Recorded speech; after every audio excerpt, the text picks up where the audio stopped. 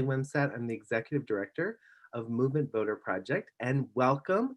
Just want to give a couple quick notes, which is that you're going to be hearing from 13 incredible Georgia groups. Want to encourage people to get on video if you're not on video. Um, and it's not too late to invite people. It's going to be an incredible celebration. And yeah, people are introducing themselves already in the chat. You can go ahead and introduce yourself, where you're from, sending love to Georgia. We're all really just here because we're so grateful for Georgia organizers, and we just want to say thank you, and we want to celebrate with you, and we just want to hear anything you have to tell us about your experience. This is just an extraordinary moment. There's so much horrible things happening in the world with the white supremacist uprising, and we're and you all are like an island of hope for us in this difficult world, and we just want to hear from you and hear your experiences. So thank you all so much, Georgia organizers, for joining us, and of course a lot of incredible Georgia organizers are on a well-deserved vacation this week, like New Georgia Project, like. And so the fact that you all went through both of these elections, didn't have a holiday, saved all of us, and are now here on a call is just incredible. So we're just so grateful to all of you for being here with us. And yes, welcome everyone. So, so like I said, it's not too late to invite people. Use the chat to share and for Q&A. And for closed captioning, you can click the CC right down at the bottom of your Zoom window. If you're new to Movement Voter Project, you can visit Movement Vote for more info. And just want to start with a huge appreciation for everyone, because this was a huge, at the donor organizing level, this was a huge team effort by so many staff, volunteers, people organizing comedy shows, and just went all out to support Georgia. So huge, huge thank you to everyone on this call and everyone you're connected to who helped make this collective effort happen. You can go on to the next slide, please. So I want to get right into listening, because we have 13 incredible Georgia organizations. And before, I just want to give some quick context. A lot of people have been asking, what is MVP going to do now? After Georgia, are you going to even still be here? And the answer is yes. We are making a 4-year commitment to all of our states, including Georgia. And 2021, I want to give a huge plug, because usually election money goes away after the election. It cannot go away this time. We can't do that anymore. This is a permanent organizing campaign, and organizations need money in 2021 to fight legislation, to build and strengthen what they're doing. So if you think you might care about what's going to happen in 2022 and 2024, you better show up and organize everyone you can in 2021, because that's the critical year to build for all those other things, and actually to get the fruits of the harvest that people have been growing for years and years to build, to actually have some change in this country. So welcome. We're going to get right into it. I'm going to pass it to Lela Ali, our Georgia State Director. But before that, I just want to give a quick shout out and really give credit where it's due to our other funding allies. We all did this together, so I want to give a super shout out to the Georgia Alliance, to the Southern Partner Fund, who's been funding for decades in Georgia and throughout the South, to the Solid Air and the Southern Action Hub, and to WDN Action, and to Sandler Phillips, who've been funding Georgia for a long time. And want to give a super shout out to Way to Win, and my wonderful colleague friend Nicole Boucher is with us, and all these funders have been funding Georgia before it was cool, and anyone who doesn't know about Way to Win should really know about Way to Win. And I want to pass it to I just asked Nicole to say a little bit about what this victory means, and then we'll get into it. Oh, thank you, Billy, so much. Our movement cheerleader, as I always love to say, and just really want to start by just shouting out and thanking everybody on the MVP team. It was all of us that are organizing the money side of movement. It was a long and arduous cycle, and we couldn't have done this work without our collective efforts together. So huge thank you. And hello, MVP community. My name is Nicole Boucher. I'm Vice President at Way to Win. We're a philanthropic donor community all about bringing the multiracial change and coalition and power building that you all saw, the magnificent work in this cycle. And I am so thrilled to hear from the Georgia leaders today. Just for a moment of context, so back in 2010, y'all, it was a long time ago, a decade, when Stacey Abrams was Democratic leader of the Georgia House, she expressed a vision on the Georgia that could be. And although few were willing to listen, she and the many other power builders you'll hear on today's call were not deterred.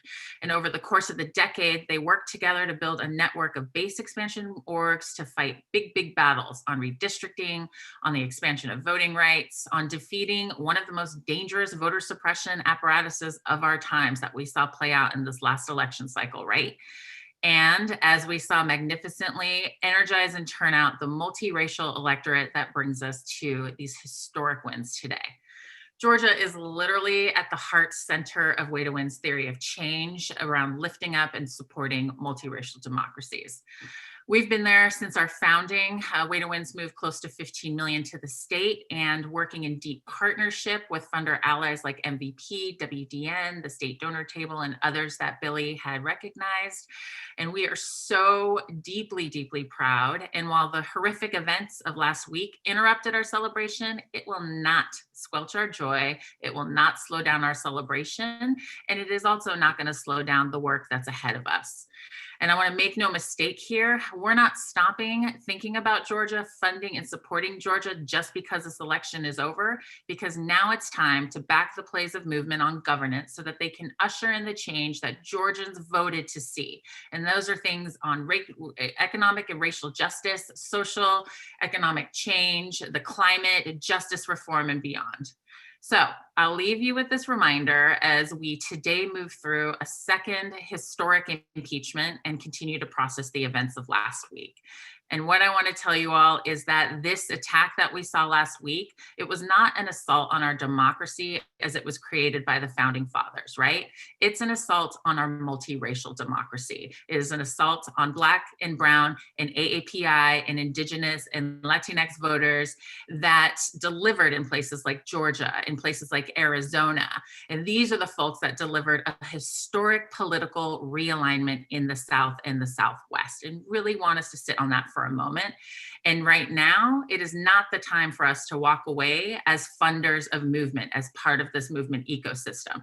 It's the time for us to actually double and triple down, to continue to stand behind these leaders, because they not only had the answers on turning out voters and flipping these states and turning these states blue and ushering in these new senators, they actually have the answers, the strategies, and the brilliance on how to protect, strengthen, and transform our democracy into one that actually thrives and really serves all of us. So I'll keep you with all that. I say huge thank you again to Lela, the MVP team, to all the leaders you're going to hear, and let's keep powering up the people and thank every single one of you for everything that you do. Yeah, Nicole, and thank you for your partnership. And I'm going to pass it to Lela to take it from here. Thank you, Billy, and thank you, Nicole. Hi, friends. I'm super grateful to get to be your host today and to share space with incredible organizers and leaders from Georgia. Like we know, on January 5th, Georgia was loud and clear, sending Reverend Raphael Warnock and John Ossoff to the Senate. And what we witnessed unfold at the Capitol, like Nicole mentioned last week, as we were all dancing and celebrating the win in Georgia, is a deliberate move to steal away our joy and the progress we're making toward a more collective and free world for our people. So we're here today to hold on to this joy and celebrate and honor Georgia organizers and their work. We supported 52 groups working in Georgia, and today we'll be hearing from a lineup of 13 star organizers from grassroots and local groups who were doing C4 and PAC work during the runoffs. And I also want us to take a moment to shout out and celebrate the work of our nonpartisan civic engagement partners like Pro Georgia, Women Engaged, Eco Womanist, Georgia Muslim Voter Project, Iman Atlanta, Harambe House, the Vote Caribbean Project, Spark, Asian Americans Advancing Justice, Economic Justice Coalition, and Black Male Initiative, and so many more awesome and powerful groups that really held it down in Georgia.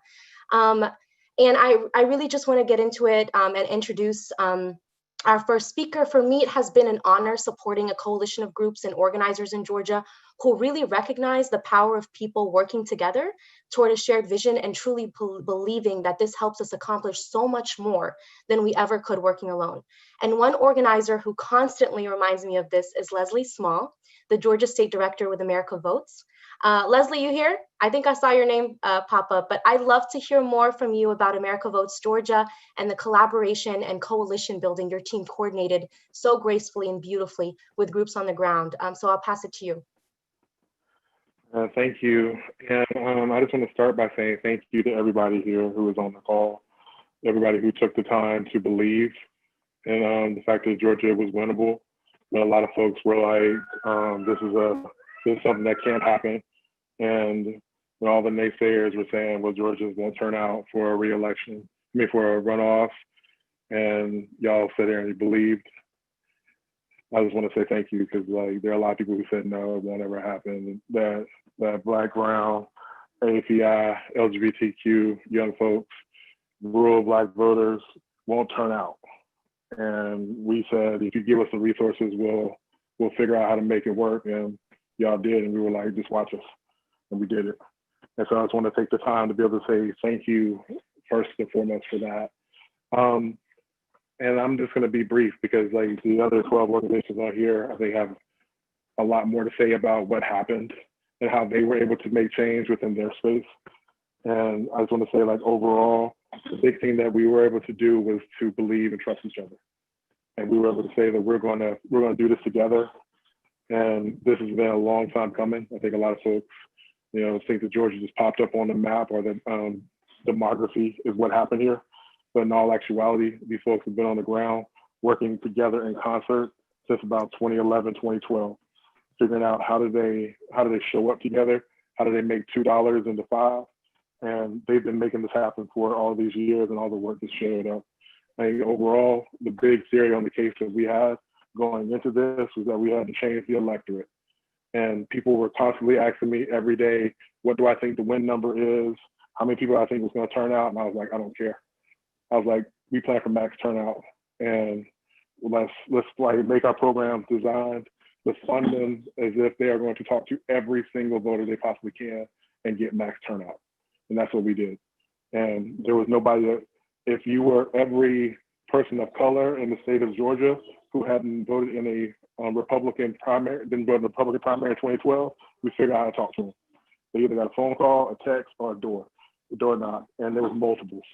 And we made sure that there was different people who showed up at the door, different people who called, different people who text, because we didn't know who you would respond to.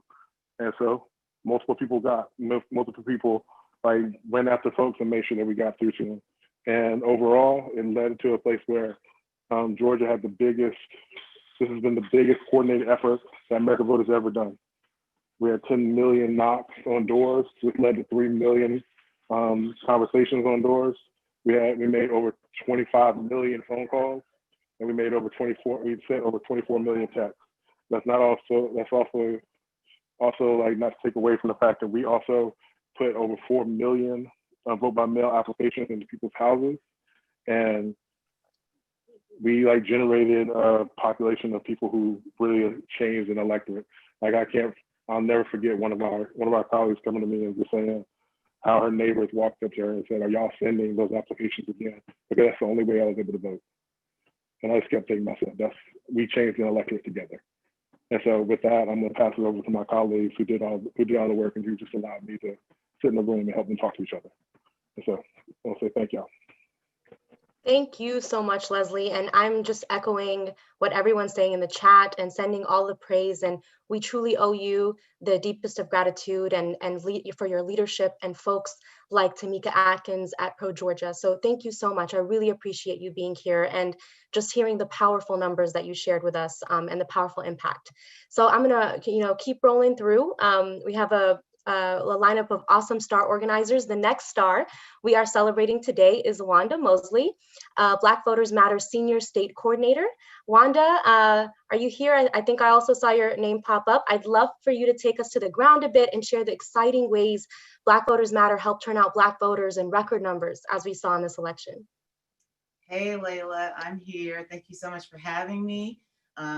Quick kudos and shout out to all of my amazing colleagues in good trouble here.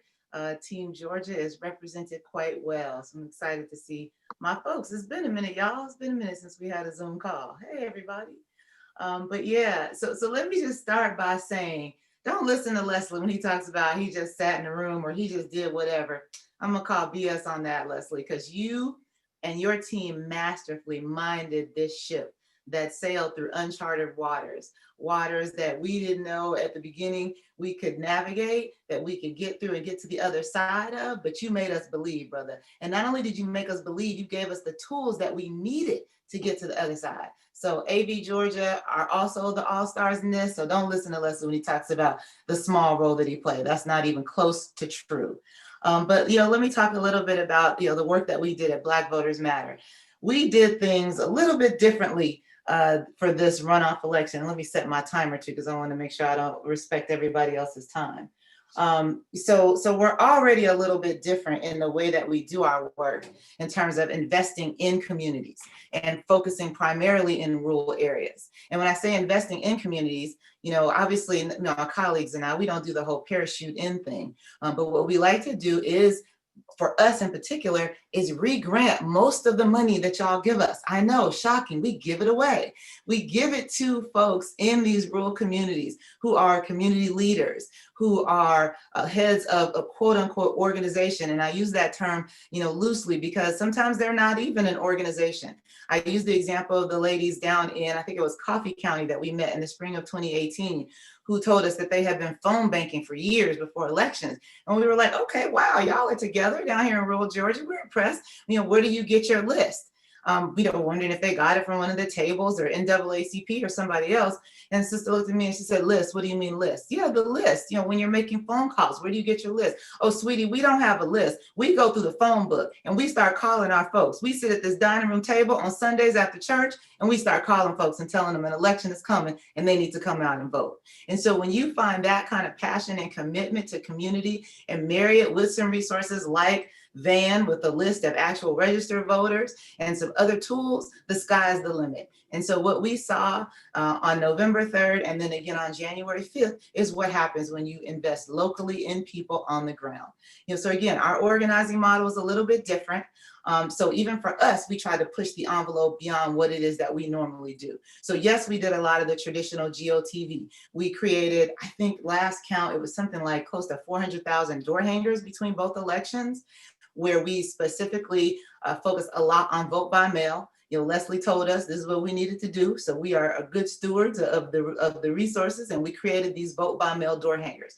We partnered with All Voting is Local to make sure we got all the jargon right. And we explained to our folks during a pandemic, this is a safe option for you to vote because we cannot miss out. Yes, we knocked on doors. Yes, we had phone calls, but again, a little bit different from other organizations. Most of our phone banking scripts start off with, hey, here to talk about an election, but first, how are you doing? What's going on with you and your family? 2020 has been rough. It's been a beast for Black folks. Y'all doing okay? We just want to do a quick check-in and make sure you're okay, because we are Black voters matter, not Black votes. We're not here to collect votes. We're not here to deliver the Black vote for any candidate, no matter how dynamic she may be, or any party. We are here for the folks on the ground to help them build power and self-determination and participatory governance. Those are our goals. That's the reason why we exist. And so we did a lot of that traditional work. If I look at some numbers, last time I checked, I think we were able to reach 2.8 million Black voters through a combination of doors, phone, text, radio, et cetera.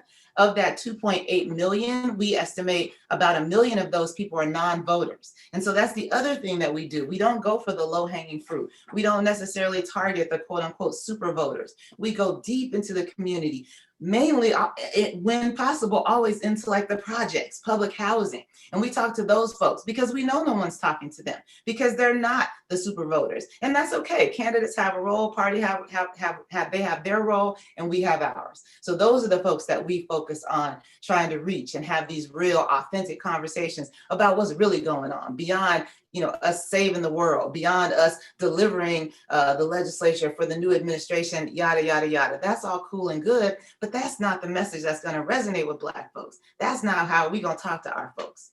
And so beyond and past all of that sort of traditional GOTV work, we held for the first time, but certainly not the last, what we affectionately refer to as the Collard Green Caucus. So let me tell you about this Collard Green Caucus, y'all. Instead of just doing a food giveaway, we decided to infuse culture and focus on the timing of this particular event. So we know that the last day of early voting for the runoff was typically around New Year's Eve for most counties. So we thought, you know, if we're going to do a food giveaway, we know Black folks at home, New Year's Eve, getting ready for that traditional New Year's Day meal of collard greens and black-eyed peas. So we gave those away. We posted up at polling precincts, across the street from a polling precinct, down the street from the polling precinct, and set up. We had DJ, we had food truck, we had all the traditional sort of Black Voters Matter hoopla that we like to create when we go out and move in the spirit of love and power. And we threw a party and we gave away collard greens and black-eyed peas and cornbread. You had to throw in the cornbread because you know it's not a meal without cornbread.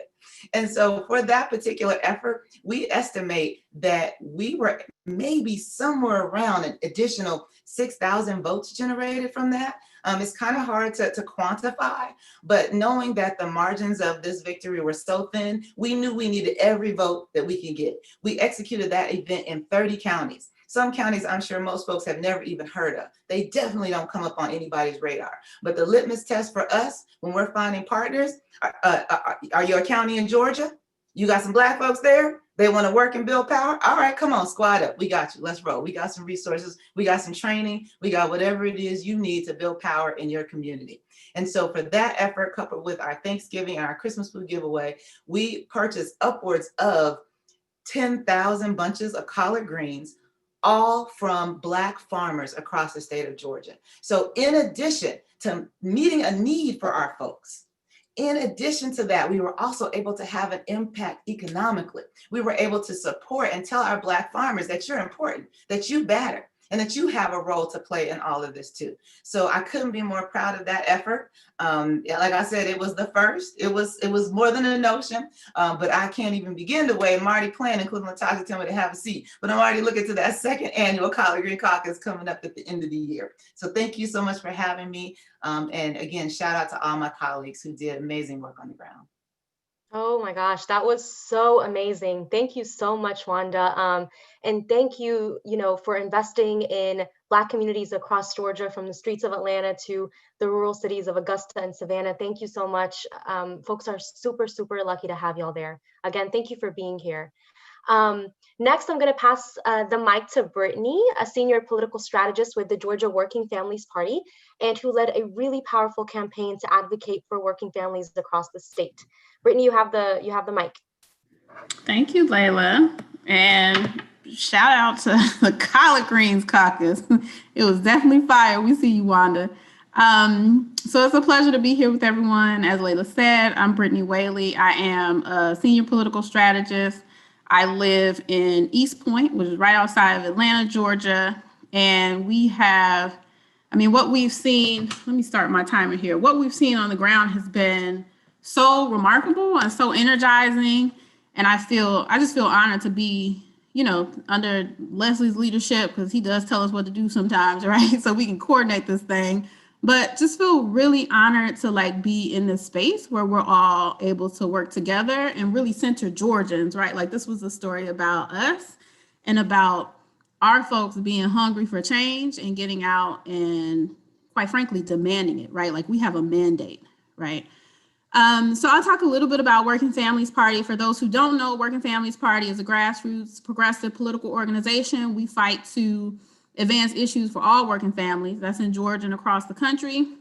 And we really seek to do this by building people power. So we're very unapologetic. We're building a third political party that is multiracial, that is feminist, that is powered by our people, and is a space where we can organize across difference to really fight for electoral change in a transformational way. So taking that transactional nature out of politics and saying, how do we not just win this election, but how do we win the next election and the election after that, to really build up our people, non-traditional candidates, people like Warnock, who came from a housing development to, being social justice leader in the pulpit, and now is going to be our US Senator, right? Like, how do we make sure that these folks come out of our communities, are accountable to our communities, and will help us move towards the thing that we're fighting for, which is governing power. So we're not doing this thing working 12 hours, 12 plus hours a day, 7 days a week, right? For no reason. We want governing power, and we want to co-govern with people. We want our folks to have a say in how our government represents us and how our government serves us. And so I guess I'll just go into like some of the top lines, some of the numbers. We ran a program, a statewide program, where we were in 11 places across the state. So just like in Metro Atlanta, we were in Fulton, South Fulton, Cobb, DeKalb, Gwinnett counties.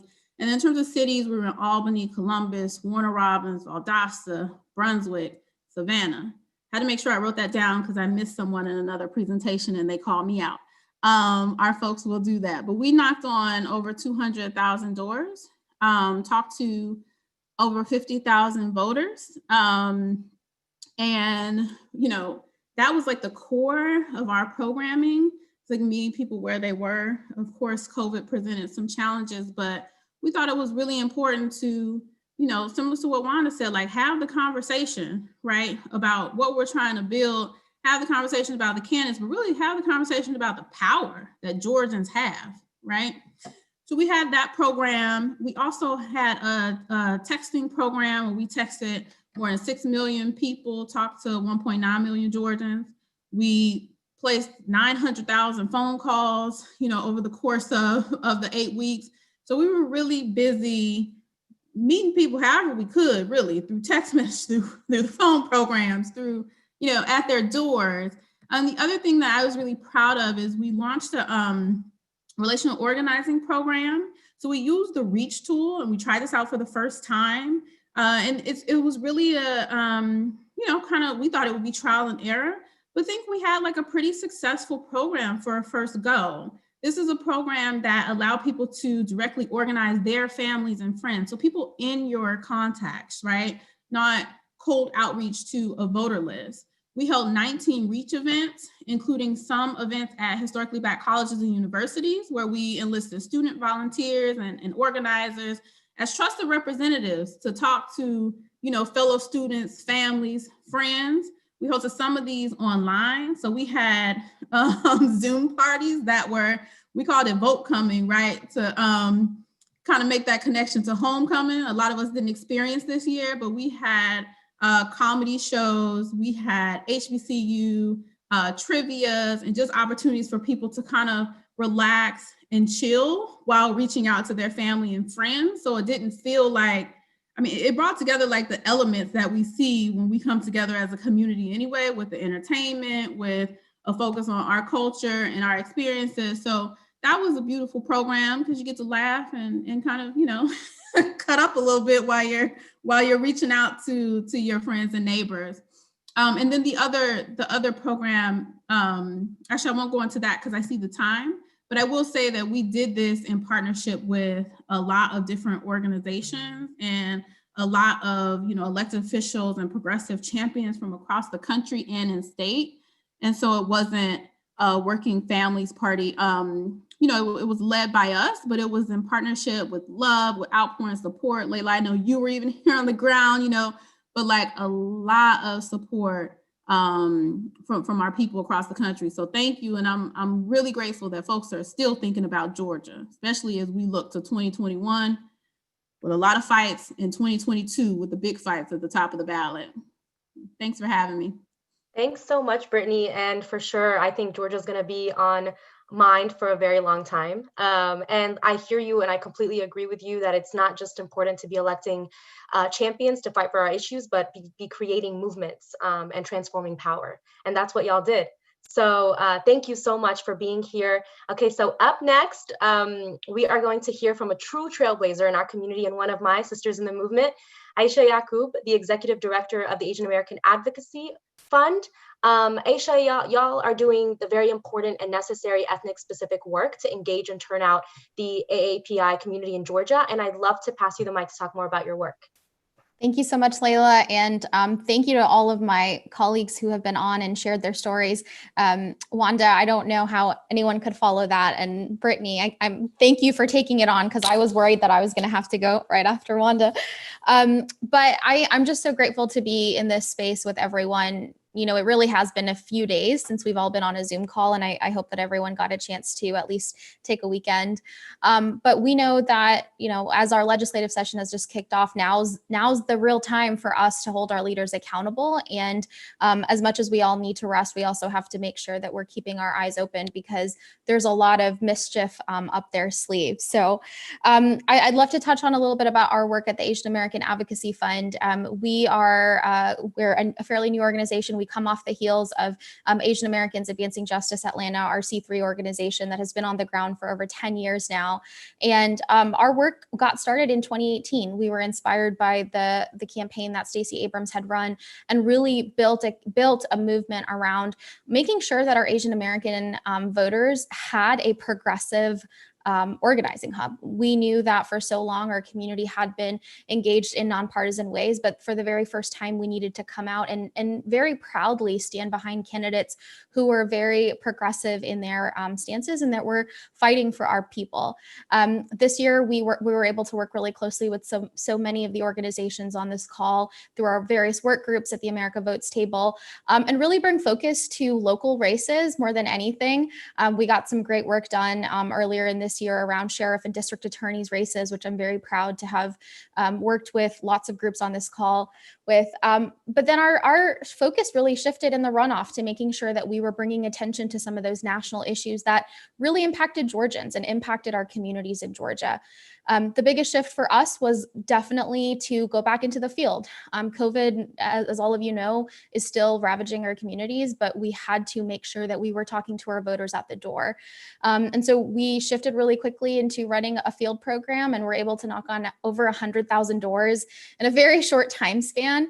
But we only focused on our 5 counties in Metro Atlanta: Gwinnett, DeKalb, Cobb, Forsyth, and Fulton, because that's where we know the majority of our communities live. And to be very honest, we had some really great experiences in places like Forsyth, where for so long our communities hadn't been talked to by traditional parties, candidates, or other organizations.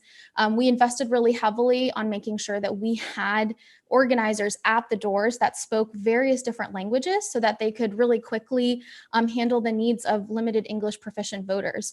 We already know that 44% of Asian Americans in Georgia are limited English proficient. And so to be able to really quickly adapt and provide language access at the doors, on the phones, was really key in making sure that we could turn these voters out.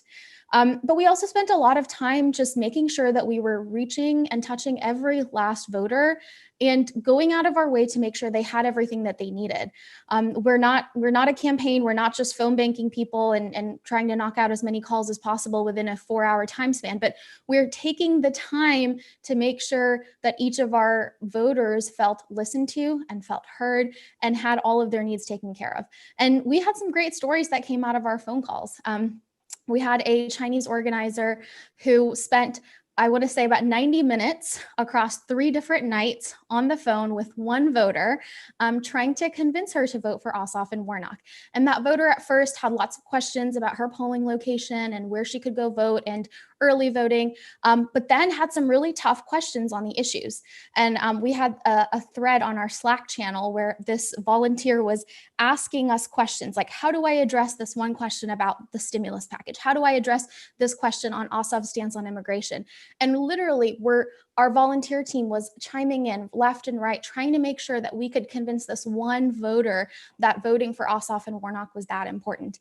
And that voter turned out and voted for Ossoff and Warnock because of the time spent on making sure that they felt heard, that they felt listened to, and that their questions were answered in a language that they speak. And that happens time and time again. I think one of the best ways that we got in touch with our community this cycle was putting out ads and promotions across ethnic media channels and making sure that there was an opportunity for voters to get back in touch with us. We had 5 different language hotlines that we were running year-round, where voters could contact us with all kinds of questions about the election. So in the early days of the pandemic, it was about vote by mail. My husband got a vote by mail application in the mail. I didn't get one. Does that mean I can't vote by mail? Some people wanted to know, I heard that there wasn't going to be early voting this time. When we were able to cure those issues. And then we also got lots of questions from people who had issues with voting. We had lots of questions with people who realized that they forgot to sign their absentee ballot. So we were able to work them through with the ballot cure process very early to make sure that every vote could get counted. And then our work really intersected in a lot of different ways. We saw that our voters who were being talked to at the doors were then contacting us on the hotlines to let us know, hey, I got one of your walk cards at my door, and I really wasn't planning to vote this cycle, but can you tell me more? And so we were able to translate a lot of our work in the field back to our hotlines and have those really important persuasive conversations. And then we were receiving pictures and text messages telling us that they voted and that they told their friends to go vote. So I think just seeing those stories and those examples of our volunteers really being invested in the community was the most powerful part of this cycle. And I think even though COVID was an issue and we struggled with that, we were able to be a lot more present in people's faces. We were at grocery stores, we were at all of the ethnic restaurants, and actually passing out PPE kits and passing out really helpful material to make sure that not only our communities were getting out to vote, but they had the proper PPE when they did go to vote, and that they had access to resources. Actually, on election day, we were passing out information about vaccines to elderly voters and making sure that people knew how to get access to the things that they need outside of just elections. And I think the movement that we built in our community has really come off the heels of a really long time of working with so many organizations on the ground.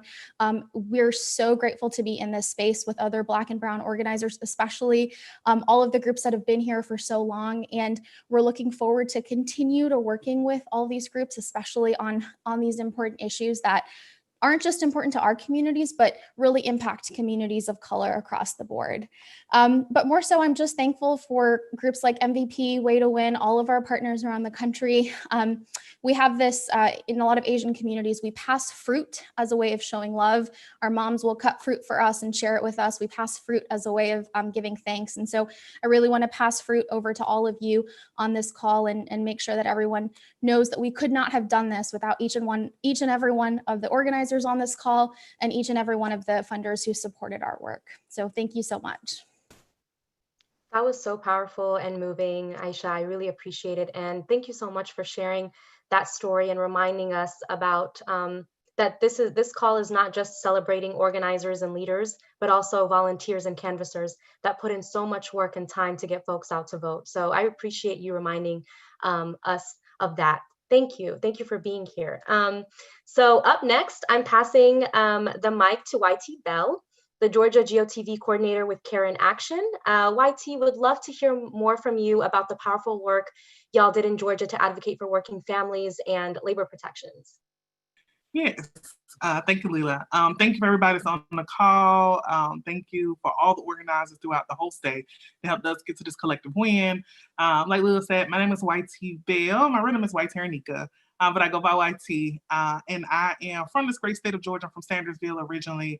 I've served as an elected person in the city of Clarkston, and I was grateful to serve with Care in Action as the GOTV director. So for those that don't know a little bit about Care in Action, they fight for the 2.5 million domestic workers in the United States. And quite frankly, the majority of them are women, and most of them are women of color.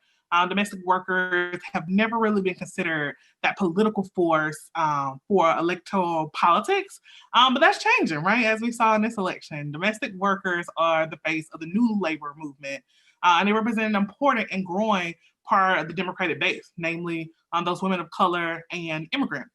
Care in Action has been in Georgia since 2018, where they ran one of the largest voter contact programs in the state in an effort to elect Stacey Abrams as governor of Georgia. While that didn't yield the outcome that we desired, over 500,000 conversations were made at the door with voters, and more than 1.4 million texts were sent. And in 2020, Care in Action rose to the challenge again. Yielding one of the largest voter contact programs in the state, with nearly 8 million voter contact attempts by phones, at doors, text messages, mail, on the C4 and the I-PAC program. Our base is women of color, especially domestic workers and family caregivers. And we think that they were critical. We know that they were critical to winning this, the 2 U.S. Senate seats. In 2020, our operation was focused on turning out women of color who had done so infrequently or never before. And while we plan to continue focusing on this key constituency, we also are excited to expand our universe to all women of color across the state, especially regardless of the propensity or the vote history. And just to give you a little bit more about our actual program that we had led by domestic workers, we had over 400 canvassers running a door program throughout the state of Georgia, knocking 7 days a week in 13 counties, the metro Atlanta area, but also in the rural counties of Chatham and Richmond County. We had conversations at the door where people were excited to see us, quite frankly, even during the pandemic. They hadn't seen a lot of people. And they knew what was at stake. They were excited about it, and they just needed like pertinent information, like where to vote, where the drop-out locations at. They felt compelled to go back out and vote again for candidates that cared about their issues that were plaguing them right now, like having a proactive response to COVID, job security, and care workers and adequate wages were the top of the conversation that we've had and canvassers have had on the phones or in the doors. We also spoke to voters that didn't vote in the general election, quite frankly, but understood what was at stake and just needed information to feel prepared and informed to go out and vote in this runoff. Overall, this campaign was a collective win of all the organizers that you see on today's call and all the efforts and all the deep rooting that they had in their communities that they've been working in for years. But in 2020, women of color really proved nothing will stop us from making our voices heard and our votes counted. And in 2021, while people thought it's a pandemic, there's some voter suppression that people are hearing about, pundits said that we couldn't do it through the leadership of, as been mentioned prior to me getting on, through the leadership of the AV table and Leslie being this profound leader, helping us be deeply aligned in partnership and in coordination and in trust. We work together in our communities through all 159 counties in the state in order to get the win that we got. As it relates to Care in Action and the domestic workers moving along, we made 5.85 million voter contacts attempts through the National Domestic Workers Alliance Civic Engagement Program, through Care in Action PAC program. And that was just in just a few weeks that we had left, about 6 to 7 weeks that we had. So we heard from voters across Georgia, Black women, Latinx women, Chicanx women, Asian women. They care about the things that they care about. Immigration and keeping their families together were motivating issues. And so we landed with that, and we met people where they were, whether they were in the car. So radio ads is also what we had at the door, with knocks on the door, on the phone. We also talked to them via mail. We sent out a slew of mail too to say, hey, if we didn't get you on those other 3 apparatuses, hopefully you get this mail and get the information that you need. And if you didn't, we also had a bot on the Care in Action on Facebook where you could answer any questions on an ongoing basis. So this definitely was a robust program that Care in Action led in partnership with all the other great organizers on this call and through the leadership of the AV table. Thank you so much, YT, for being here and for sharing that with us. In my mind, like as you're talking and all of the speakers are talking, I'm like, oh my gosh, y'all are literally rocking our world right now. And so I really appreciate you. And I'm just so excited for the rest of our lineup today. I know it's just going to be so powerful. So I'm going to pass the floor to my next speaker. I don't know if y'all heard, but Mijente contacted every Latinx voter in Georgia in just 2 months, y'all, but that's definitely not my story to tell. So I'm going to invite Cris with Mijente to share more about their work turning out the vote and building grassroots leadership across Latinx communities in Georgia in collaboration with Latinx-led groups like GLAR Action Network and Poder Latinx and many others. So Cris, you have the floor. So glad to be here, everyone. So Mijente is a political progressive home for Latine, Chicane, and other folks who have like cultural roots in Latin America. So Latinas are 5% of the Georgia electorate and only growing. So like Lela said, we partnered with our grassroots hub, GLAR Action Network, the Georgia Latino Alliance for Human Rights, and we ran the largest Latina-specific field program. So we had over 170 canvassers consistently. So I think the highest that it reached was 200 canvassers, most of them paid, reached all 159 counties. And that was possible because of GLAR Action Network, the members that we have had through GLAR and Mijente who have been organizing and mobilizing for the past 20 years, the immigrant and Latine community. So that looks like when I got to go to the South to meet with some of the organizers there, and how they were in their first time of being like true organizers and on the ground. They were able to talk to young Latinos and really kind of see like, what are the things that are motivating you? And so one of our young organizers, Lani, was able to share a story with me of how someone he was speaking to was 23 years old, didn't vote in the general election, and was kind of like, why should I care? And so they were able to talk about the issues, and Lani just brought up like, what matters to you? What are the things that you care about? And then bring that back to Ossoff and Warnock. So with our PAC, we were speaking specifically to Latinos about why they should vote for Ossoff, why they should vote for Warnock. And something that we learned is like, not a lot of, well, like YT and Aisha before me said, like a lot of times like people aren't talking to these groups. So Latinos aren't always being engaged as like an electorate, and having those specific types of conversations around like the impact of politics and how they can make a difference. And so part of our conversations, we're letting people know that like Latinos are coming to your door to talk to you about why this is important for you and your community. And something that's really important to us is that was done with the help of folks with and without citizenship. So our teams are not made up of all folks who have the ability to vote, but they were getting out there and saying, you as my neighbor, you can do this in a way that I can't. And I want to tell you why this is important for me, that you go ahead and do this. So we were able to knock on over 360,000 doors, talk to over 90, actually like have conversations with over 90,000 folks. And that brought up a lot of information of that, like most of our gente wanted to talk in Spanish. They were more comfortable getting information in Spanish. They care about immigration, the economy, what's happening in their communities with COVID and healthcare. And our digital program, we did to support that in terms of having Spanish radio ads. And in our texting and phone banking, we wanted to have specific messaging. So we had different types of text banks and different types of phone banks.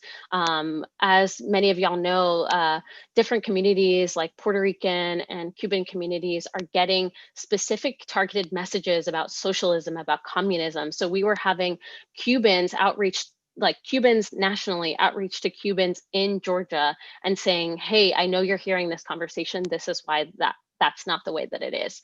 And the same way we had outreach to mothers, we had outreach to like Gen Z and millennials. And with the specific, like as a mom, I'm reaching out to you with this. As a millennial, I'm reaching out to you with this information. And we did also, I think Leslie brought this up, but we did also reach out to lean Republican voters or unaffiliated voters, because we also knew that from the information that we got from our general election work, that there were many people who were dissatisfied with what had been happening with the, you know, the actions of their party, quote unquote. So we wanted to also make sure that we were keeping those people in, and having conversations with them about like what change could mean for their communities. And then it looked like having, so that looked like having Spanish radio ads, that looked like having Spanish events like Yo to the Polls, which we did in collaboration with Georgia Working Families Party and She Se Puede, where we had like a Mexican banda called Banda Limon, and do this whole like event in the park, and the local rapper Cap G. So we just wanted to bring that sense of like community and celebration in voting and in having our voices heard. And so for like, we don't have, you know, official numbers yet, but for at least the early vote turnout, that meant that looked like 73,000 Latinos turning out the early vote this runoff election cycle compared to 2018, which was 17,000. So regardless of, you know, population, like the voter population going up, that was an incredibly significant increase.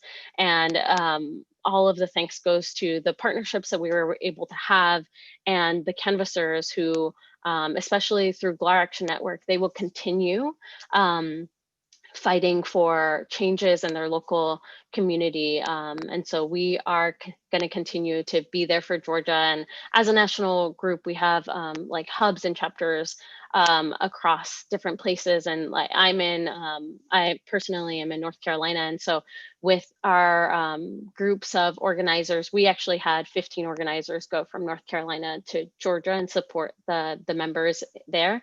But they are so fired up to see the changes in Georgia and what that means for North Carolina, what that means for our groups, you know, in South Carolina, for our members in Alabama, like how much this can really change the course of things, and how grassroots organizing, being at the doors. We had over 2,500 volunteers nationally, like what that all means to making a change.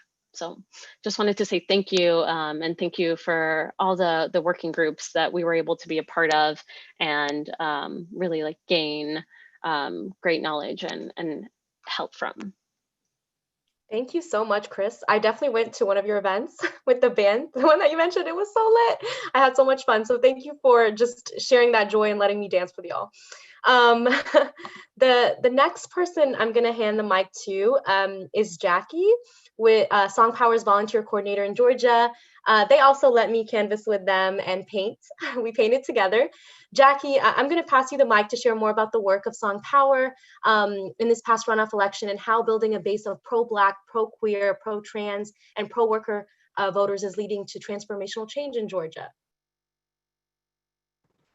Thank you so much, everyone. I am truly amazed by the work of everyone out here. And thank you so much for your support and partnerships. My name is Jacqui. I was the volunteer coordinator for this campaign at Song Power. I am a longtime member of Song, our sister organization, which has operated in the regional south of the United States since 1993. It was started in Durham. So I've been working in the Atlanta chapter for probably 8-9-ish years on local campaigns. And I'm so happy to be celebrating its 1 year. So we're so new of launching Song Power. And that's just the branch that we decided for many years in the making. We launched this so that we could further our political work, that we could call out our targets and champions by name and further policy change. So we're building up our membership now, and we're really proud to have worked in this campaign and partnered with also GLAR and Mijente in our first campaign. We worked alongside, where we ousted 2 racist sheriffs from Gwinnett and Cobb County, which was incredible. And I've seen the work of Mijente and GLAR leadership, which is so inspiring. Like, they are so fierce and great on the door. So I learned a lot about canvassing and strategy from the folks at Mijente and GLAR, and I'm so proud of the work that y'all are doing. Let's see. Sorry, I'm a little nervous. So I started out, my position was volunteer coordinator, and we were hoping that we would be able to get a lot of volunteers on the ground. Obviously, we're in a pandemic. Numbers are surging here in Georgia, so we want to be extra careful. And we kind of realized like our lofty goals of reaching 100,000 doors was not going to get done primarily by volunteers, although we did end up doing a ton of weekend blitzes, which we gathered lots of volunteers, and we went out and canvassed together, and we celebrated. We ate some food together, we distance danced and painted some banners, which we hung on some highways. Maybe they're still there. Keep a lookout next time you're driving down 20 or you're in Conyers by the Cracker Barrel. And so we did some fun actions in that way and engaged volunteers, but we ended up onboarding some folks who have been long-term members. We prioritize Black and brown, trans, gender non-conforming folks who might not have work right now. And something that we tested out, which we learned from Movement for Black Lives November Fellowship modeling, was paying people really well for doing the canvassing work. So we ended up paying everybody the same, from our field leads to our volunteer coordinators to our canvassers on the ground, our graphic designers, everybody. We ended up getting paid the same amount. And that was an interesting way to split that labor and that work up. And we end up onboarding 13 people who worked in Rockdale and Henry counties. We were specifically working in precincts around Conyers, and then we were in Stockbridge. So we reached out to about 25,000 voters at the door. We also partnered with People's Action. We did deep canvassing phone calls, relational canvassing, long conversations with about 1,993 folks that we reached out to using the deep canvassing model that we were learning from People's Action. And we're going to follow up with those folks in 2021 time. We also partnered with Women's March for the Knock Your Block program that they were running, which was kind of experimental, but really good. And we're really excited to build off of some of that mapping that we did there, where we reached out to a lot of folks that we never met in person who weren't members of our organization. And we built relationships with them so that they could knock their block. And they got their own, I think it was about 60 people, they got their own turf. And we trained them up alongside Women's March to use Minivan, which a lot of folks hadn't used, and access the technology, troubleshoot it with people in the virtual field office, and which they could attend twice a week, and then knock their own block and speak to their neighbors, their friends, their folks. Especially it was geared towards women on women interactions and providing lit and information. And sorry if I'm over, how am I doing on time? I'll try to wrap it up. Yeah, that would be great. I'm not keeping time. Elizabeth is. She may be able to send you that in the chat. Great. Well, also, I was just also proud of some of the things that we passed as lit, because we were able to share some mutual aid resources, and the lit was, thanks. And the lit was really beautiful. So I was really proud that we were able to distribute something that was beautiful and that also had mutual aid resources, which is going to be continuously being added to, so folks can access that throughout time. Thank you. Thank you so much, Jacqui. And you did not look nervous at all. You were amazing. So thank you so much for sharing all of that. So, we all know that this runoff, the historic level of turnout really made a difference, especially the level of engagement from Georgia's LGBTQI+ communities.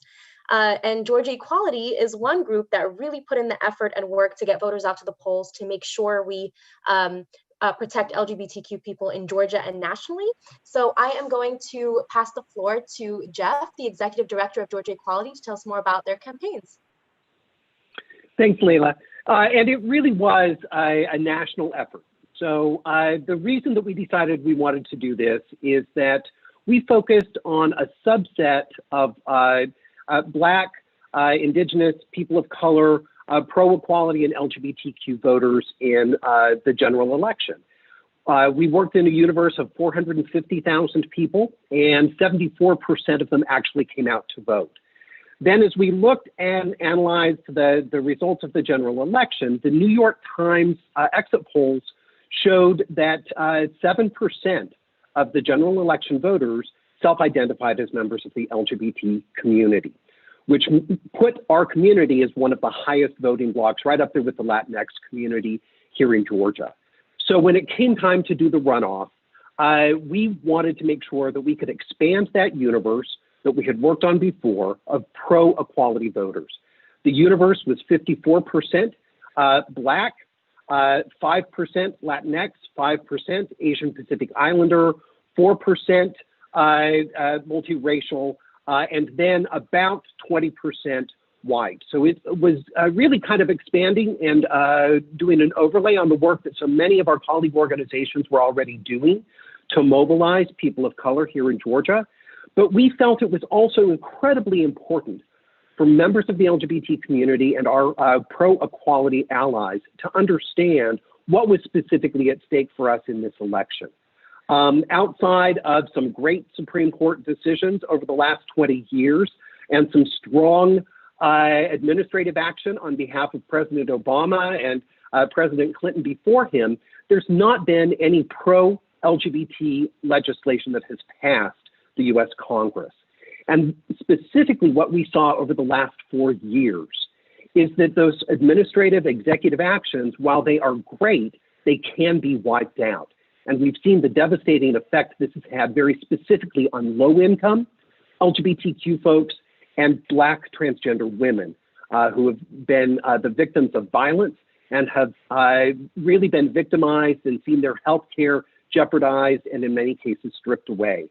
So we wanted to do a vote, an equality is on the ballot campaign. I think it's also important to note that with Reverend Warnock and with John Ossoff on the ballot, that's the first time here in Georgia that we have had candidates running for the U.S. Senate that actually had published platforms that included issues of importance to the LGBT community. So we felt that if we could reach people with this message, starting with vote, take pride in your vote, then shifting to give yourself the gift of democracy as we headed closer to the holidays, and then ending with don't drop the ball, come out and vote on New Year's as our final set of messages, that we could really break through a lot of the static of the time and get our voters to come out again. So we're of course, like everybody else, anxiously awaiting to see what that voter turnout actually ends up looking like at the end of the day. But thanks to Movement Voter Project, all of our other donors, we were able to, in addition to our full-time staff, we were able to contract with 3 team leads and 20 paid canvassers, most of whom were young, Black, and queer identified. The 3 team leads, 2 of those 3 team leads have been working with us for 5 years and are frankly graduates of our Youth HIV Policy Advisor Program, which is a leadership development program for young people living with HIV and AIDS here in Metro Atlanta. So we've really seen this as starting to build leadership skills for young Black queer folks so that they can be much more engaged in the process, much more engaged specifically in doing candidate and campaign work going forward. So those 23 people oversaw a volunteer program that enlisted over 500 volunteers from around the country. Those 500 volunteers logged in 110,000 volunteer hours. They made over 25,000 calls and sent over 500,000 text messages. And when I said that this was really a national effort, there were 15 state equality groups and national LGBTQ organizations that sponsored phone bank nights, that sent us individual volunteers and helped amplify our message with earned media, both here in Georgia and around the country, of what was at stake for the LGBT community, specifically with this election. We also worked with half a dozen pride committees throughout the state of Georgia because, of course, our community is not isolated to one part of the state. It is spread throughout the entire state of Georgia. Then in addition to those volunteer efforts, we had a statewide paid phone program in the final week of the election where we targeted low propensity voters. We made 135,000 phone calls through that program. We had a direct mail campaign, which were the pieces that I had mentioned earlier, that reached 600,000 pro-equality households. And we finished it up with a targeted digital effort that resulted in 14 million total impressions that generated over 12,000 website clicks and had over 3.3 million video completions with a video that we had done. So this was by far the largest mobilization of the LGBTQ community, but it's also the first time in Georgia history that we actually had resources in a federal statewide election to target the LGBTQ community.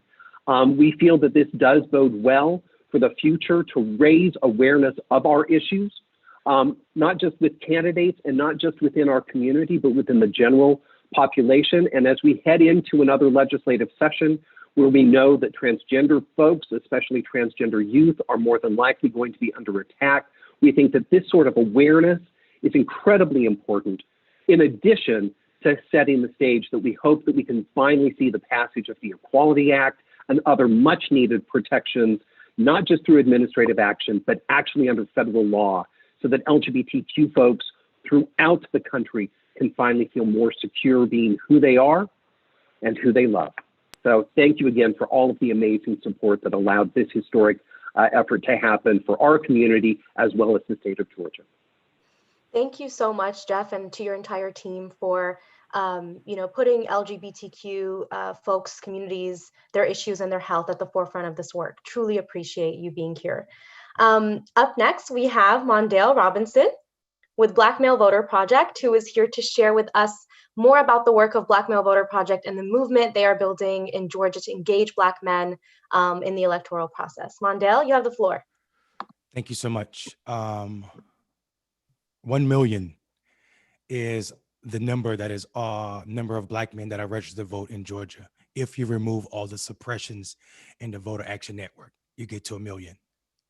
Of that 1,000,000, 460,000 Black men have not voted or had not voted in 5 or 6 consecutive federal elections. So there was a question posed by someone in the chat about Chuck Schumer and them claiming victory for Georgia.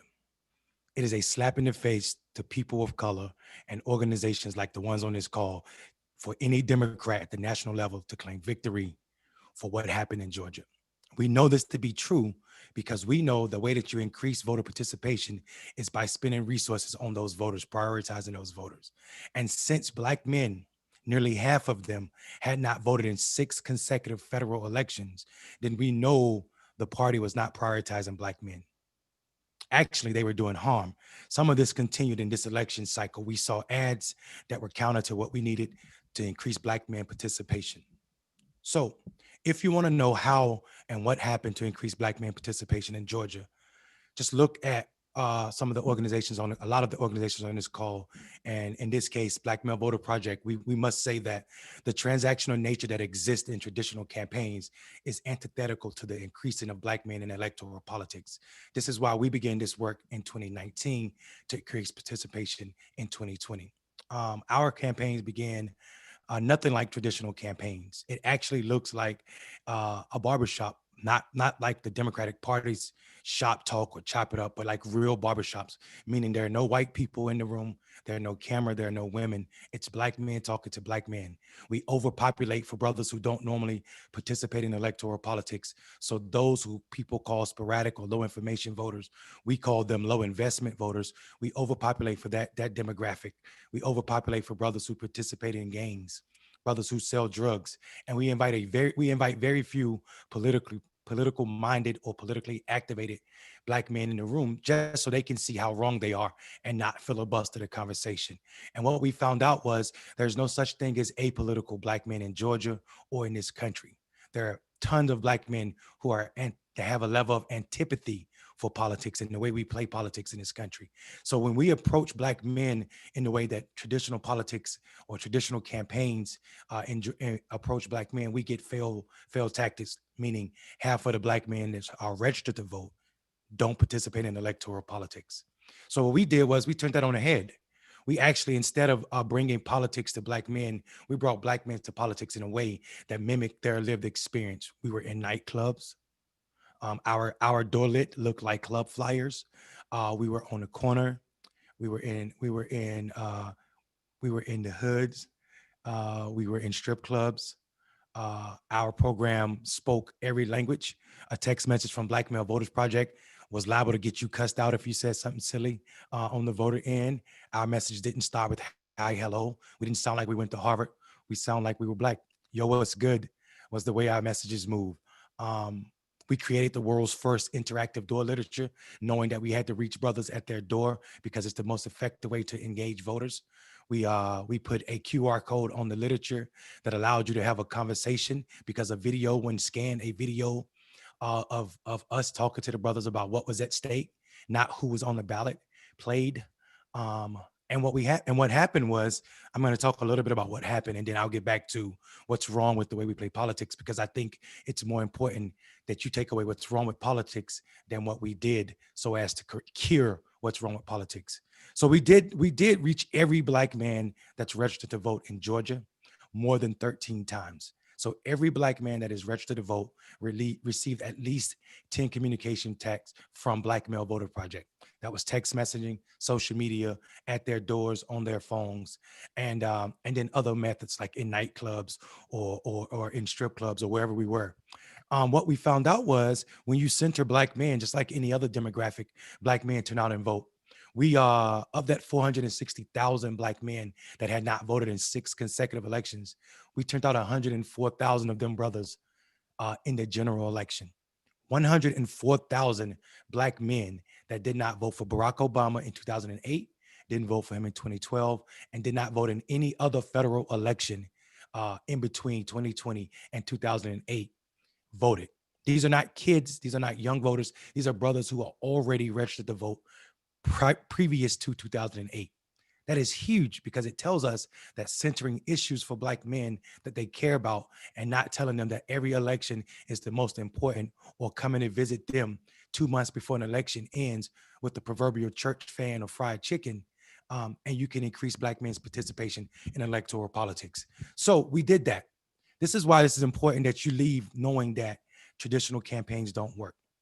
If we focus on traditional campaigns, we run the risk of centering politics that spend 70 or 80% of its budget on ads, making white consultants super rich and black men absent in the political space, making us more invisible than we already are. That is dangerous, not just for the sake of an election outcome, but for the sake of our lives. Black men have the shortest lives in America, and everything that's killing us is a political issue, from the murdering by cops, from the over suspension in school, from the overrepresentation in special needs classes, from the overrepresentation in the prison population. All are political issues. So if you have the population that have the lowest social markers in the society not participating in electoral politics, it's because they have no faith in the political system.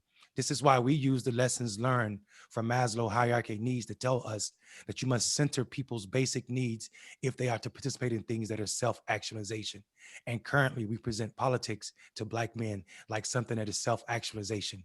To correct that, we need to correct the way we play politics in this country. Black Male Voters Project, through our BMEP aditory approach, is doing that.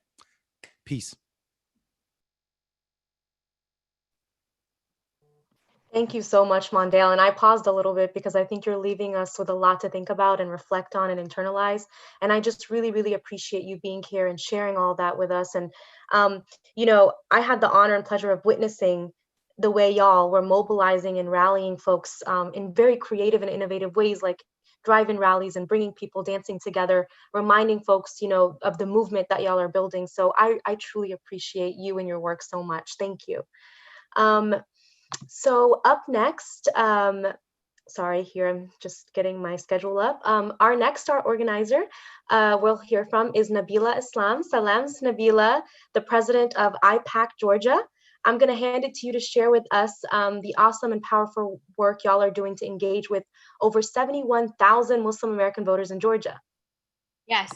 Well, first of all, Lela, thank you so much for putting this together, and for all the organizations that did the powerful work that had to be done in order to flip the Senate.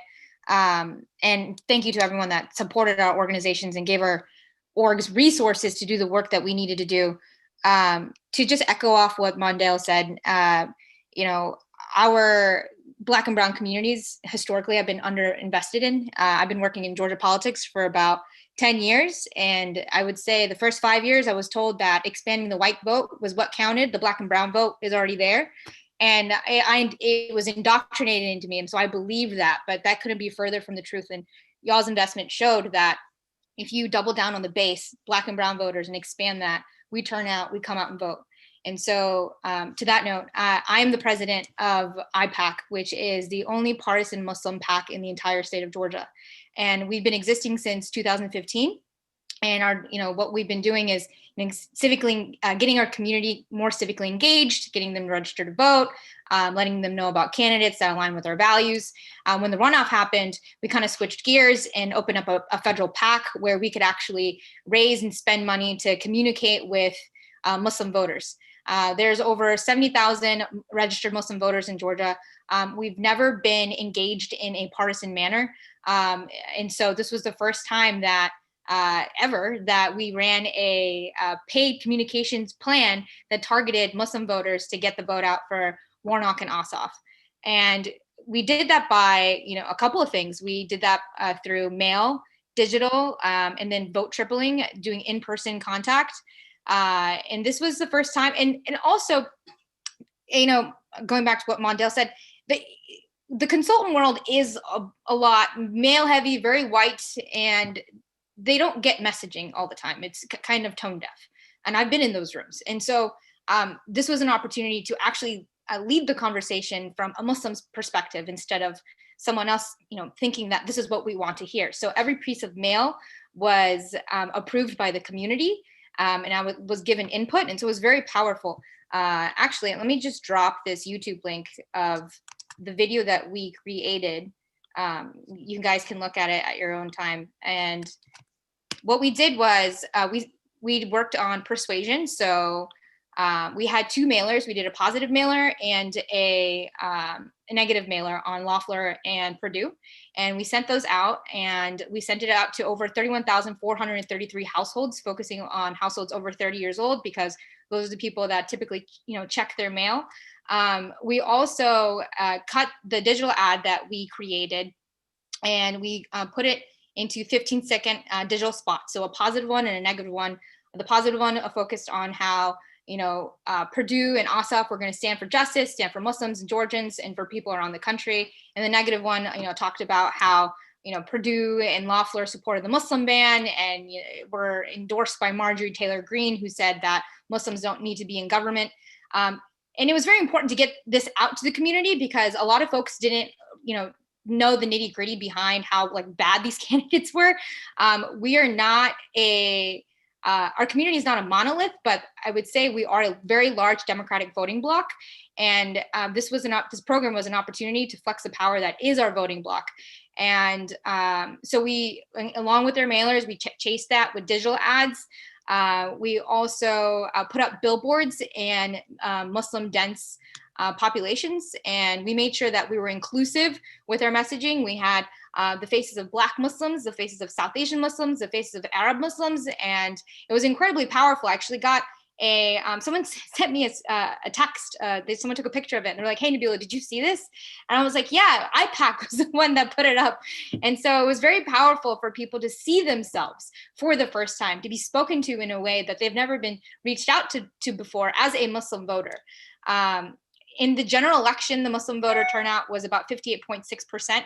60% of Muslims early voted, or they turned in their absentee ballot of our targeted registered Muslim Muslim population. And that's incredibly powerful. We haven't gotten the election day numbers yet, but we surpassed what we performed in the general election. And so we're very proud of that. And I think I don't know if I mentioned this, but we also did something called vote tripling, where we showed up at like halal grocery stores. We showed up at restaurants with volunteers that spoke Urdu, Bengali, Arabic, and we just connected with people. We spoke to people in the language that they're comfortable in.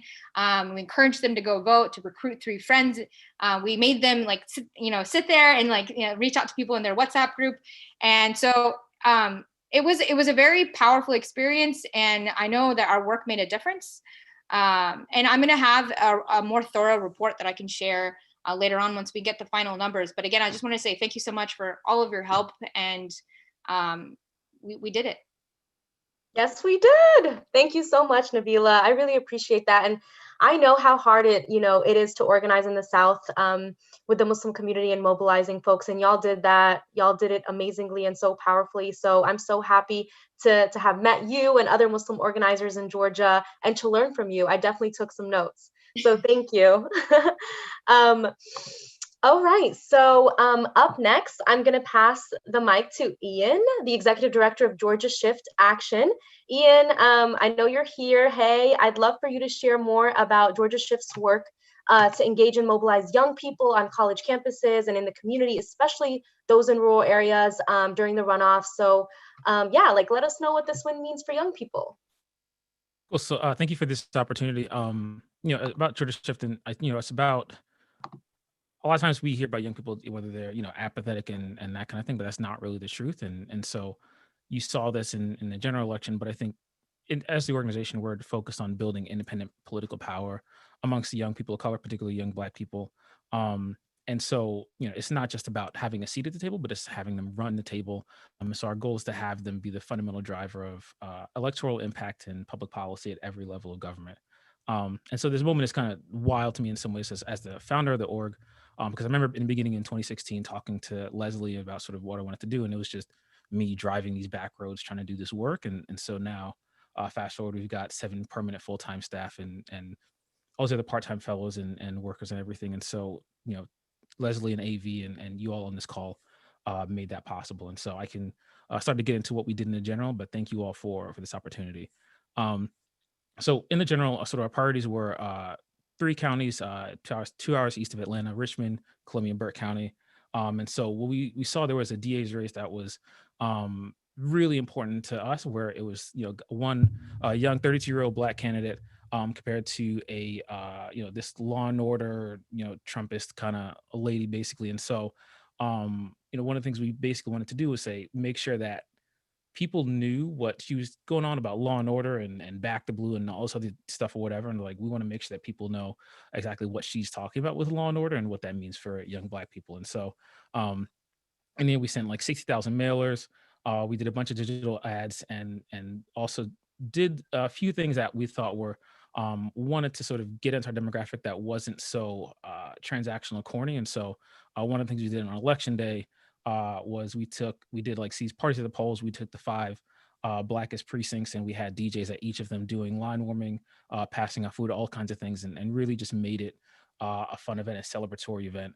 And so it showed up in the general where, you look at in 2016, the early vote for young people of color, particularly young Black people in the area, was about 38,000. And in 2020, it ended up being 57,000. And so one, that showed the difference as far as the presidential election, but also in the margin victory with this DA race.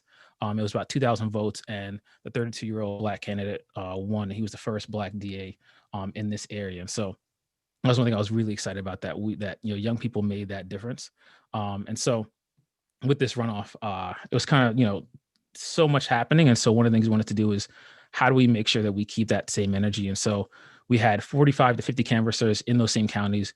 We knocked on over 64,000 doors. We sent 500,000 texts and also 85,000 pieces of mail. But one of the things I was actually most excited about was in the distribution of, the lit and stuff like that at the door, we also included 2 or 3 masks in that, in those bags, because we wanted to make sure that, yes, there's an election on January 5th and that kind of thing, but, it's also a pandemic outside. And so we distributed over 135,000 masks to our community to make sure that they knew that like we cared about them and their well-being, not just them coming out to meet our numbers and that kind of thing. So it was one of the, I think, the most important things, because we had to show what this moment was and why it was important. And so our digital program, we went on Hulu, Pandora, Facebook. On Facebook, I think we reached about 500,000 unique voters. And so in all that, I think it was just the first time we were able to do not just local work, but even statewide. And that was really, really like helpful and to make the difference in this election. So in the future, I think this year, one of the things we want to do is really focus more on HBCUs and colleges. We have our first HBCU summit happening in March. We're also making deeper investments in high school organizing. And one of the things, we saw was that we have to really invest in high schools and those who may not even be in high school, maybe they dropped out, maybe they're doing their own thing. And so doing that with young people in 16, 17, 18, who they wanting to make sure that we're bringing them into this process and that they feel welcome in this process as we move forward into this year and also into 2022. So thank you all.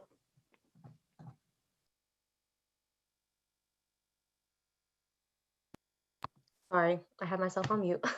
Thanks so much, Ian. I really appreciate you being here. And I really appreciated you kind of talking a little bit at the beginning of the growth that you've seen with Georgia Shift. And it really shows that when we, trust in the imagination and the vision and work of organizations like Georgia Shift and groups on this call, not only are we building movements and power, but also allowing folks to build their organizational capacities and build the next generation of leaders that will, move this work forward. So I appreciate you being here so much. So I am going to pass it to my last speaker, but definitely not least, my friend. We are going to hear from a true powerhouse and one of my personal inspirations, John Taylor, an advisory committee member at Black Men Build. Y'all are truly building a pipeline of the next generation of young Black men and leaders in Georgia. So I really want to give you the space to share more about Black Men Build and the work y'all are leading to engage and advocate for Black men and Black families across the state. Absolutely. Thank you, first of all, Lela, for the opportunity to get back with my family after a very long fought campaign cycle. It is really good to see y'all's faces. Let me just say that. I think Leslie may have had to drop off, but that Baby Yoda image is absolutely perfect, because not only was Leslie our field general, but he had like the mental fortitude and capacity to move things with sheer will. I remember hearing a conversation on one of our calls where he and Mondale were talking about a conversation they had some 6 years ago. And it was exactly like a conversation that Leslie and I had earlier this year, about Black men in Georgia and the 400,000 plus, 460,000 plus registered Black men who had not turned out. And just the fact that it's not because Black men are lazy or apathetic or stupid or checked out, but it's simply because the messaging does not resonate. It's simply because, until the material conditions of Black men on the ground are taken care of, it is to think prioritize us, right? And so first, happy day to Wanda, Mosley, and the Sisters of Delta Sigma Theta Sorority Incorporated, who did tremendous work and turned out. Our fraternities and sororities showed up and showed out in a way that made it possible for us to do this victory. Part of our organization for Black Men Build actually launched out of the Omega World Center in DeKalb every day. So, they showed a tremendous amount of love to us there. But getting into the nitty gritty of the work that we were able to accomplish, we targeted around 292,000 Black households that were inside of the Atlanta Metro, on the south rung of the Atlanta Metro. That's Clayton, Fulton, DeKalb. We actually sent brothers in Black hoodies up into Cobb and Gwinnett County, down into Rockdale, Newton, Fayette, and Henry County. And our message was a little bit different. I know you've heard a little bit from folks already about how we're doing this thing different, but our message was that you are not choosing your champion, you are choosing your opponent. So what kind of opponent do you want to go up against? We're very clear about the challenges that we faced in this election cycle. We were very clear about the fact that there is a target on our backs and there's a threat towards Black men, Black women, and Black households. And we wanted to send the message loud and clear that Black men are not on the sidelines, but we are deeply engaged, that we are critical thinkers, that we care about the material conditions of our communities, that we are invested in doing work, that we are invested in building partnership and relationship with other organizations, and that we show up. And when we show up, we show out. And so, you know, we targeted 125,000 doors. We got to those doors. We pushed over 1 million text messages out through a Black-run vendor that is out of South Carolina, a young brother doing amazing work. We partnered with him. We had about 100,000 phone calls that went out specifically do a network of intergenerational brothers and sisters that were doing a lot of what Wanda said, sitting in their kitchen tables on weeknights, calling families and friends and tracking those conversations and moving those conversations. We passed literature out on the streets. We did pop-up events. We had concerts.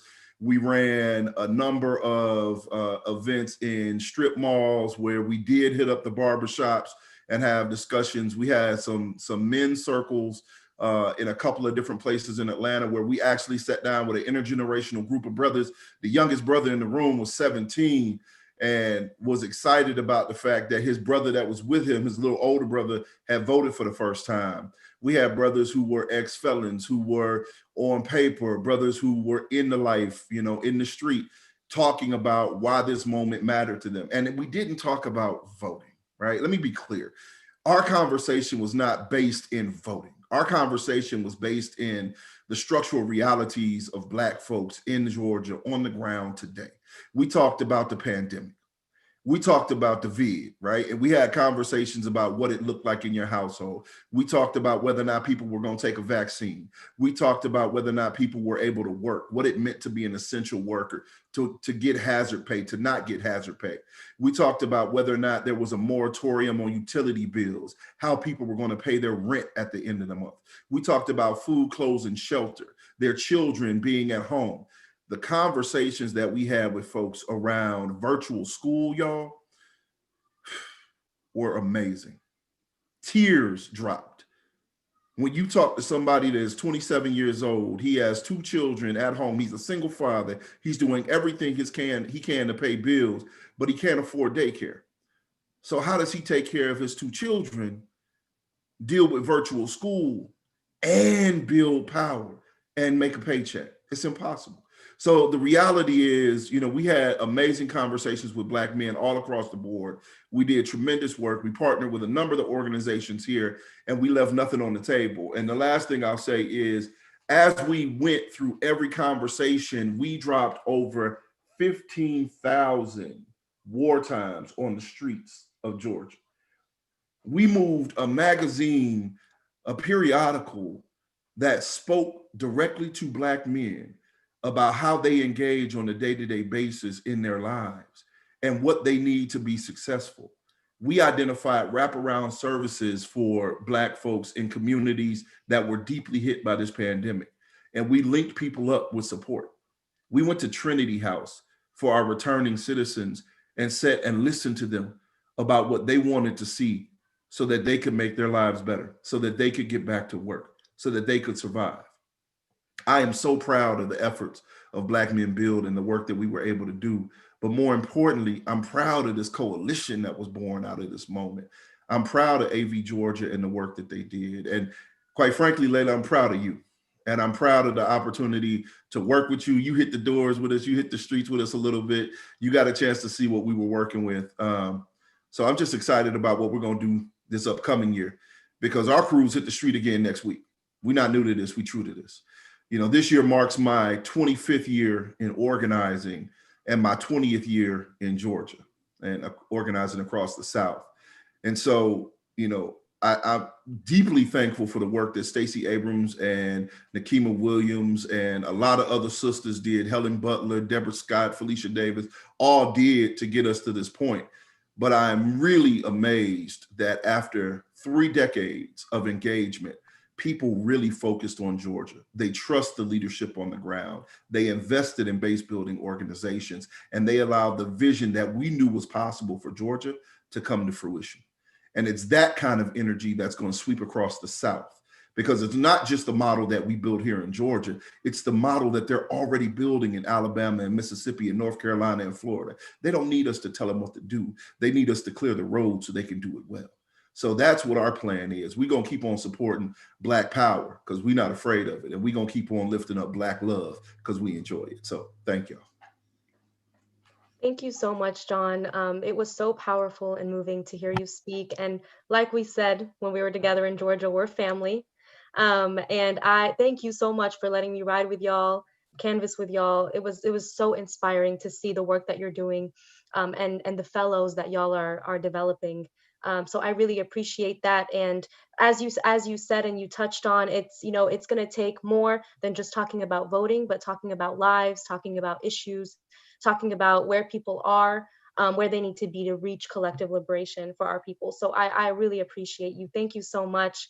And we're gonna close off. I'm gonna ask Billy to come back on to close us off, but I just wanted to say thank you all so much for being here, for our star organizers and also our stars that were here, our attendees that engaged with us in this beautiful conversation that we created together. I know we are facing uncertain, hectic times, and y'all being here with us today means so much to me from the bottom of my heart and our entire team at MVP. So thank you. And Billy, I'm gonna pass it back to you. I think I speak for everyone to say just my heart is so full from hearing each of you and your stories and witnessing your leadership on this call. Thank you so much for being here with all of us after everything you've done and everything you've been through. And it is the least that all of us can do to continue to support your work in any way we possibly can and to spread the word about your work. So that is our job. You have